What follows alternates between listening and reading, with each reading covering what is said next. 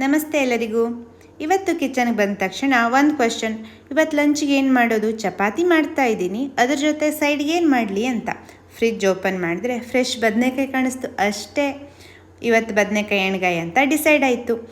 ಹೇಗೆ ಮಾಡೋದು ಬದನೆಕಾಯಿ ಎಣ್ಗಾಯಿ ಅಂತ ನೋಡೋಣವಾ? ಬನ್ನಿ. ಆಗಿದ್ದರೆ ಒಂದು ಮಿಕ್ಸಿ ಜಾರ್ಗೆ ಸ್ವಲ್ಪ ಕೊತ್ತಂಬರಿ ಸೊಪ್ಪು, ಒಂದು ಗೆಡ್ಡೆ ಬೆಳ್ಳುಳ್ಳಿ ಹಾಗೂ ಒಂದು ಟೊಮೆಟೊ ಹಾಗೂ 2 ಈರುಳ್ಳಿಯನ್ನು ತಗೊಂಡಿದ್ದೀನಿ. ಇವಿಷ್ಟನ್ನು ಮಿಕ್ಸಿ ಜಾರ್ಗೆ ಹಾಕ್ಕೊಳ್ಳೋಣ. ಡ್ರೈ ರೋಸ್ಟ್ ಮಾಡಿರುವಂತಹ ಪೀನಟ್ ಹಾಗೂ 2 ಸ್ಪೂನ್ ಆಗುವಷ್ಟು ಬಿಳಿ ಎಳ್ಳು, 1 ಸ್ಪೂನ್ ಜೀರಿಗೆ, 1 ಸ್ಪೂನ್ ಧನಿಯಾ ಹಾಗೂ ರೆಡ್ ಚಿಲ್ಲಿಯನ್ನು ತಗೊಂಡಿದ್ದೀನಿ. ಇವಿಷ್ಟನ್ನು ಗ್ರೈಂಡ್ ಮಾಡ್ಕೋಬೇಕು. ನಂತರ ಚಿಕ್ಕ ಚಿಕ್ಕ ಬದನೆಕಾಯಿಯನ್ನು 4 ಪೀಸ್ಗಳಾಗಿ ಮಾಡಿ ಅದಕ್ಕೆ ರುಬ್ಬಿರುವಂತಹ ಮಸಾಲೆಯನ್ನು ಫಿಲ್ ಮಾಡ್ತಾ ಇದ್ದೀನಿ. ತುಂಬ ಕೇರ್ಫುಲ್ಲಾಗಿ ಫಿಲ್ ಮಾಡಬೇಕು. ಆ್ಯಕ್ಚುಲಿ ಬದನೆಕಾಯಿ ಎಣ್ಗಾಯನ್ನು ಹಲವಾರು ರೀತಿಯಲ್ಲಿ ಮಾಡ್ಬೋದು.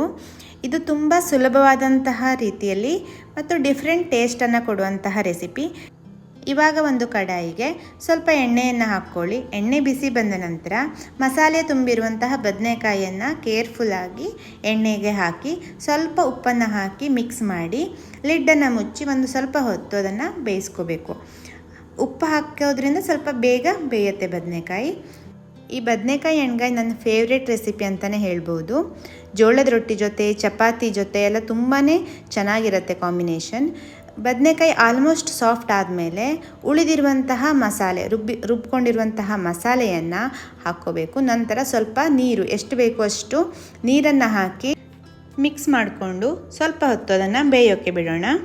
ಇದು ಸ್ವಲ್ಪ ಬೆಂದ ನಂತರ 1 ಸ್ಪೂನ್ ಆಗುವಷ್ಟು ಜಾಗ್ರಿ ಹಾಗೂ ಸ್ವಲ್ಪ ರುಚಿಗೆ ತಕ್ಕಷ್ಟು ಉಪ್ಪನ್ನು ಹಾಕಿ ಮಿಕ್ಸ್ ಮಾಡಿ 5 ನಿಮಿಷ ಕುಕ್ ಮಾಡ್ಕೋಬೇಕು.